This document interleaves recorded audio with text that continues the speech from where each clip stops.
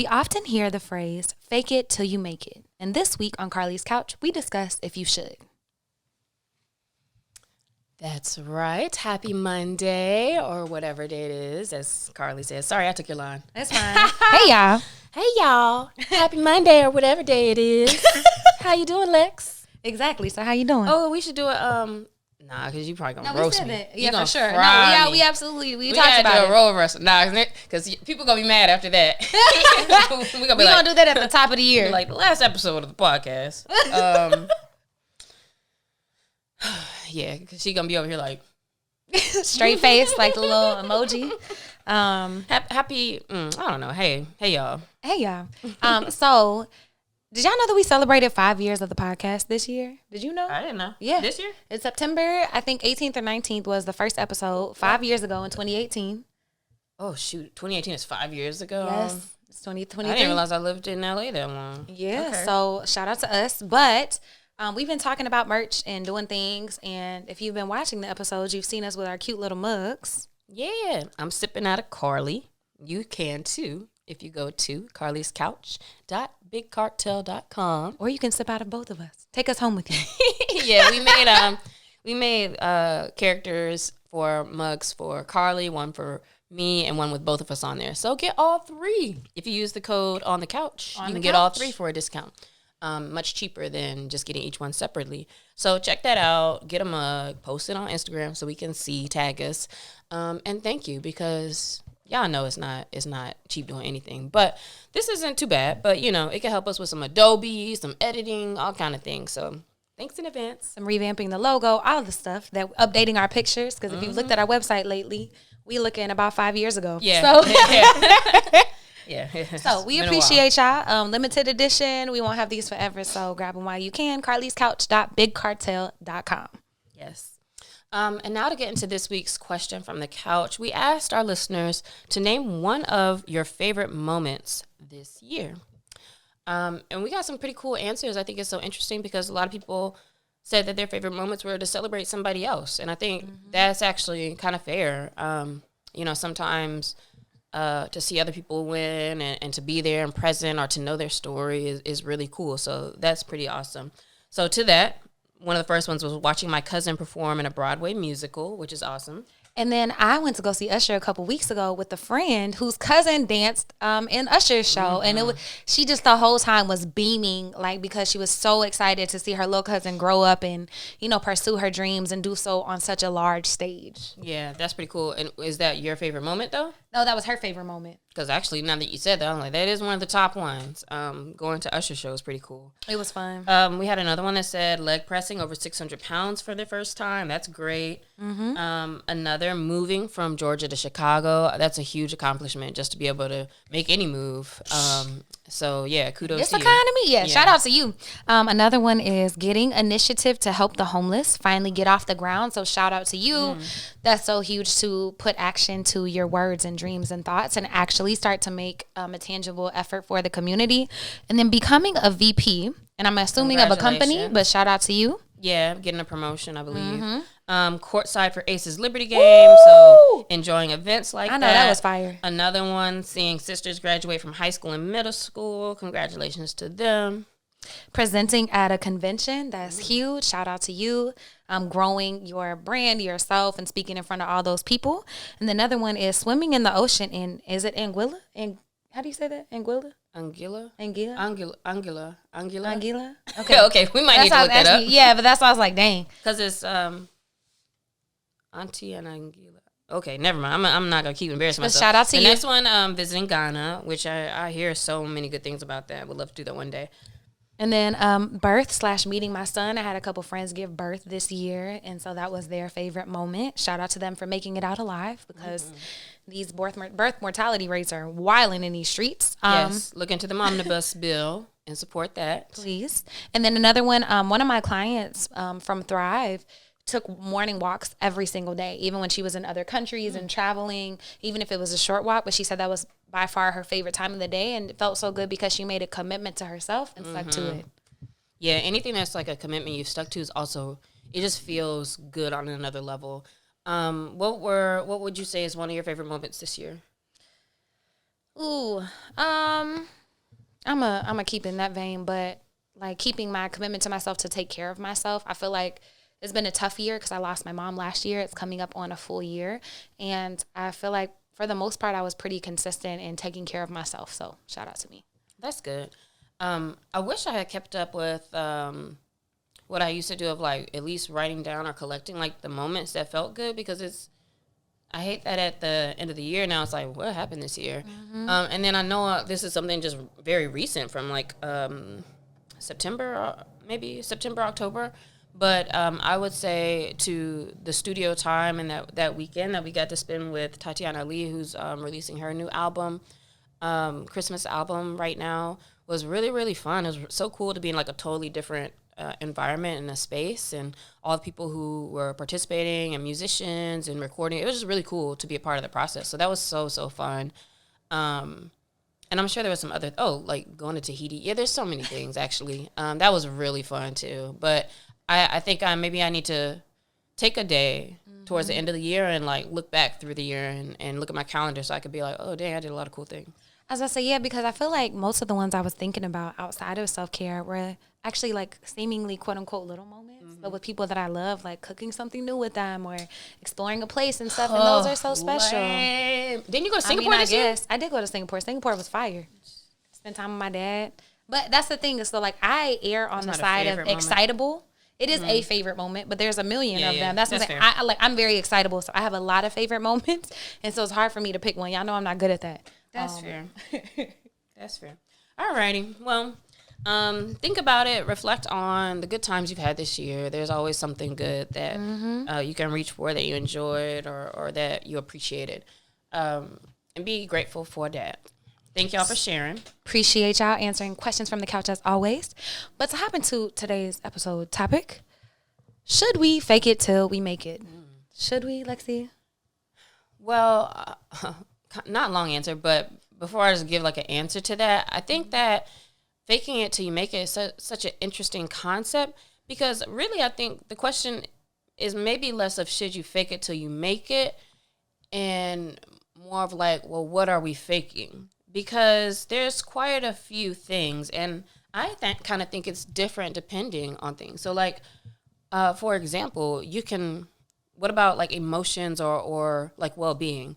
Do you think that faking being happy or faking being confident, sometimes you'll see like people say like, okay, even if you're feeling bad or whatever, just take a second and just smile, because in that second maybe you'll feel a little something. Like what about emotions, faking them? So we talked about this a few weeks ago about cutting out the middleman to happiness, and sometimes the quickest path to get to where you want to be is to be there.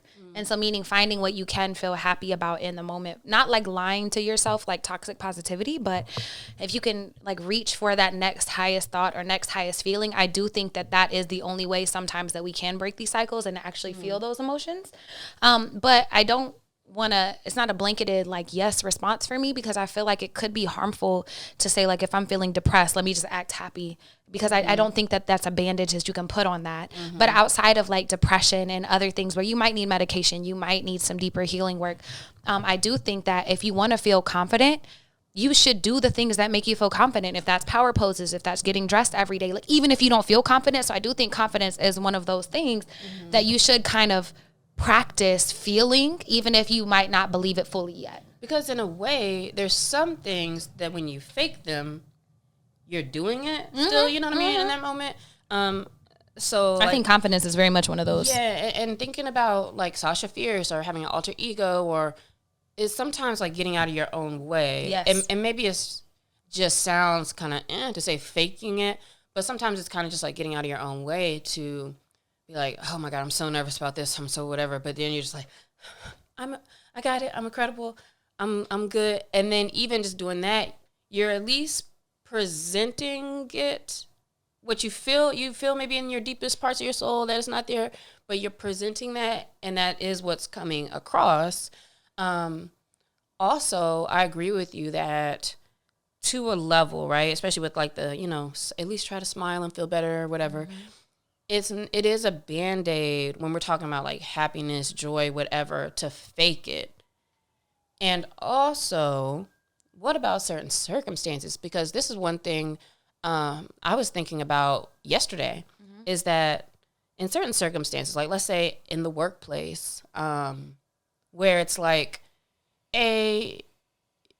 there may be a little less vulnerability in like those relationships, and B, if your demeanor is at a certain place, that can damage your work and your business. Or like, for example, let's say if I'm somebody who has clients, and if I'm maybe having a terrible day, but if I hop on the Zoom and it's always like, down or whatever. I've worked with people like that before, where sometimes it's like, I don't think people realize, like, they'll hop on a Zoom every time and be like, oh, I'm so tired, or it's a day, which is fair. A day. Yeah, which is fair. But I kind of like just being like, all right, hey everybody, I hope y'all having a good day. And like, it is performative, and it also kind of keeps certain relationships where they need to be. Like, everybody don't need to know everything. Yes. And I can imagine, like, for a client too, being like, I don't really, want to work with them, or they're not a likable, don't seem to be that likable. It's like, I don't want them speaking for me or whatever, right? Like, and you might be dealing with something for real, but. And I'm going to say this. If you always having a day, it's you, and you should figure that out. Because, yes, everybody has days. You might even have seasons where it is every single day and it feels really heavy. Mm-hmm. But if it's like a consistent thing in your Eeyore, like, really work on that or figure it out. Because most of the time, it is less about it being a day and more about you like that narrative. Because, that is how people just talk. Yeah, people fall into like victim, woe is me, things are always happening to me. Oh my God, if it's not this thing, it's always something else. So if you listen to your verbiage and how you speak about your life, like if it's always something, it's you. And you need to figure out what narratives you're telling yourself and what you're holding on to, because you'll only be getting more of that in your life by holding on to it. Mm-hmm. Okay, so here's another context. Faking it till you make it about money. I was going to go there next. I'm so glad you started it. I think that is one of the things that we have to actively change our mindsets on, because a lot of us grew up in lack. A lot of us might have grown up not having things or believing that things were available to us. And if you always carry that around, that will always be your story. So in the case of like faking it till you make it, like what gratitude can you hold in this moment? What abundance can you hold from where you are that feels true to you? So let's say you can't pay your bills and you're struggling. Okay, that's real. That's a very real circumstance. You shouldn't act like it doesn't exist. But if you allow that to be your only part of your narrative, it's just going to get worse. Meaning, instead of being like, oh my God, this always happens, I can't pay for this, and it building up, you can have your moment to process, but then maybe try to think about, but shit, at least I know, at least this time I got some people to help me pay some stuff. I'll be able to pay them back. I believe that, I can make this money. I'm going to work on expanding my, pay this year with my clients, and kind of look at what the things that you can begin to tinker and change and whittle away at that narrative and create something new. Yeah, I think that's really good advice and makes sense for folks who are having certain struggles, and being able to recognize where you are and still have joy through that. But what do you feel about the fake it part? Like let's say I have 20 cents and you see me online and it's like, ooh, I can't wait to buy, I'm buying this, I'm getting that, or I'm living the dream, like to fake it, the faking it part, or the people who was like, maybe they want to make sure they're taking posts where things look lavish and the fake Chanel bag, stuff like that. That's faking it, the lifestyle that they want to. And I think these are two different things. Great differentiation. So I think that's performative, and I think that whenever you're trying to appear a certain way to other people, that's the issue. Like if you, especially if you ain't got it, like I feel like you should probably work on some deeper things. But for yourself, if you want to like make a list, like that's actually part of Abraham Hicks' things about manifestation, is like making a list of all the things you want to buy. Like if you had $100,000 today, and spending your time actually visualizing like where you want to live and what house you want to live in and what car you want to drive, like spending time for yourself, I think is important. But I actually don't think that we should really be out here stunting if you really ain't got shit to stunt. To me, I feel like maybe that's not the thing. You can fake it with yourself. Like act like you're going to go shopping for a brand new car today, even though you ain't got money. You can go test drive a new car today, even though you ain't got $100,000 to drop on whatever you're trying to drive. But that type of action that makes it feel real versus let me act like I got it so someone else is impressed with me. No, I need you to be impressed with yourself. Like, I need you to start working on that mentality. So faking it for yourself versus faking it for other people. I think you should absolutely maybe fake it for yourself. And then, for example, one of my clients said that her and her husband, they work in marketing and they have for years. So it's like late 90s, early 2000s, maybe they were working in marketing and they really didn't have a lot of money. They weren't really getting paid a lot. And she used to have to go to the Kinko's to go print off her decks and do all these things because they didn't have a printer. She didn't have a good computer. The coloration was off on her computer. So what she did in this case is they didn't have money. She took what money they did have and went and bought a brand new laptop. Mm-hmm. And her husband was like, what are you doing? And she was like, I'm tired of this. Like, no, I deserve to have this laptop. This is only going to help me do what I need to do. And guess what? It worked out. Mm-hmm. Because there's a difference between lying, just like straight up lying to people. And in that case, it almost sounds like that was an investment in themselves. Yep. Even though technically they didn't have the money, right? Yeah, but also when you think about things, again, going back to the, I have clients example, it does make a difference to open up a brand new laptop in your business meetings or if you're not driving around in like Columbo's car or like it, or even to express. So like, for example, if you're like, damn, I'm low on money. Would I ask a client for an advance or like, you know what I'm saying? Like there's a certain level of, I don't feel like I'm faking it because I'm not necessarily saying, oh yeah, we got 100 million in our account, blah, blah, blah. But also I am faking it till I make it to the point of, business is great. I'm smiling with my client. Like they don't need to know like, well, this and that, or this person ain't paid me on time and blah, blah, blah, blah.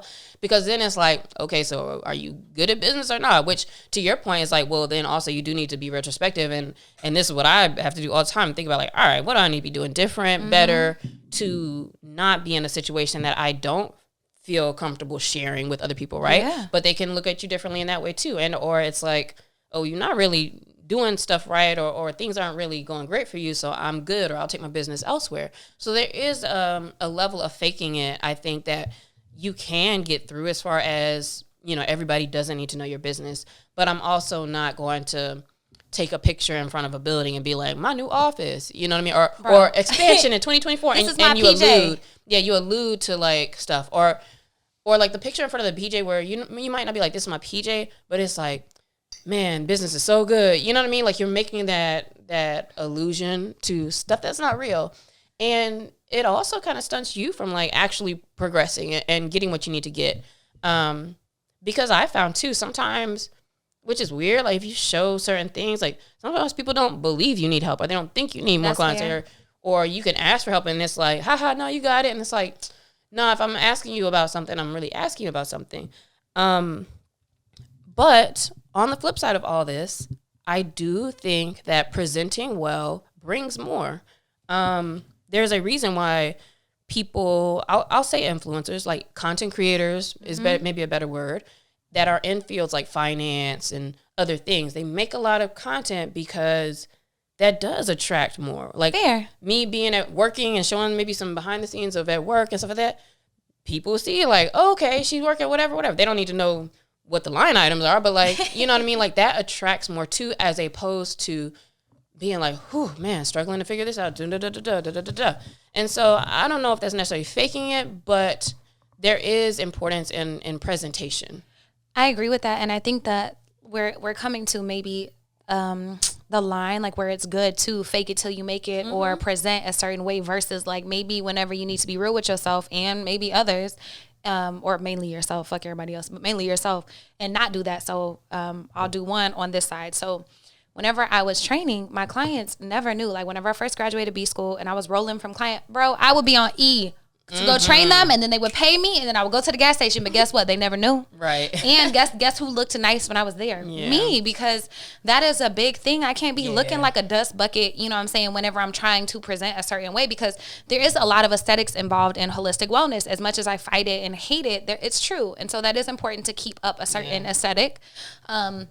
Versus like I used to live with this girl who And nobody knows her, so it's cool. But out here in I was LA, about to say, yeah, okay, nobody knows her. It's cool. But she would rent out houses on Airbnb and post and be like, "Oh, my bathtub," and I'm like, "Girl, you couldn't pay rent that much, but you paid $1,200 to rent out this crib for a day to take content that didn't get you any deals. Like, what are you doing?" And I sound aggressive because it's like, bro, you putting other people out, and so I think that there's a line, right? Like where you want to present versus like where you just being fake and lying. Like, what does that look like? Like, I understand, but we lived in a nice apartment complex where you could have made it look like something a little bit different. We could have jazzed it up. Go to a friend's house. All of my holistic pictures are done in my friends' bathrooms, and my friends who have really nice things. I'm like, can I use your bathroom for the day? Can I buy you lunch? Because I don't have it like that right now, and that's fine. Or even like maybe you can just rent out a hotel room for the day on Resort Pass and do that, as opposed to a $1,200 Airbnb when you're not paying your bills. Because in that case too, that really is the work. Like if you are setting up to do, this is your marketing, and then it's like, okay, this is my set, my location, my this, my that, that's different. I really like those examples. Those are really good, because it's like, at what point it's like, you don't feel crazy, like feeling so fake. Like, I think maybe that's what it is. And maybe I know everybody doesn't have the same level of like awareness about feeling crazy saying a thing or doing a thing that is very blatantly like misleading or not true.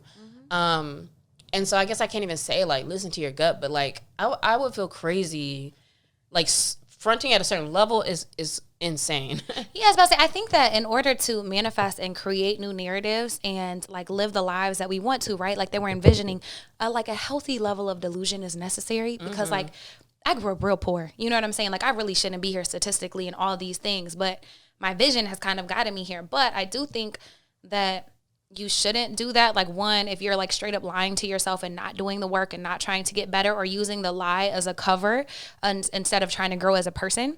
But then the other time I think that you actually shouldn't probably fake it till you make it is like, don't lie to clients. Like if you're not a personal trainer, don't say that. Like actually go get the training, go do the work. You can say I'm an aspiring person, or like, oh yeah, I'm a videographer, and then get a big client and then go mess up their entire day. Like don't be out here doing that. Like tell them that you're trying to learn. That'll bite you. So don't do those things. I think that a healthy level of delusion is necessary, but don't be out here just lying to yourself and other people for no reason. Yeah, the more authentic you can be, the better. It's so funny. We were just talking about Trav earlier before the episode, and I'll never forget this one thing that Trav Bond, the guy, said to me one time. He was like, when you think about it, like all that work you put in a fake in it, sometimes like you might as well just do the work. He's like, you could really just do the work for all that time you spend faking and like making content or going places to do this and that. And it's like, if you're just doing it, then the things happen and you could talk about it, etc.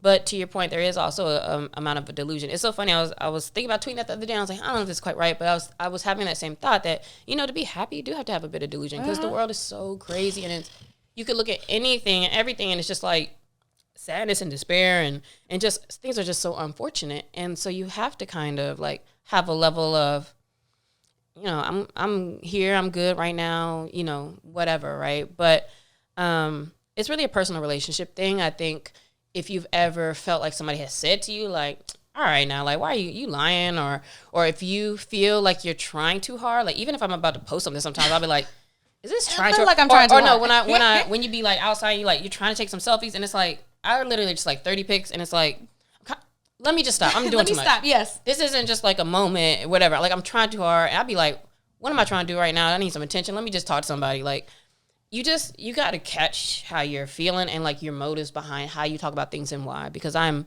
not mad about not wanting to present yourself dusty in cases where, for I don't know if it's unfortunate, but like it helps to present a certain way, and yet you're not going to lie about your capabilities. You don't need to lie about what you can't do, or who you got in your corner, or what you've done. Like, you shouldn't be lying about that stuff. What you have.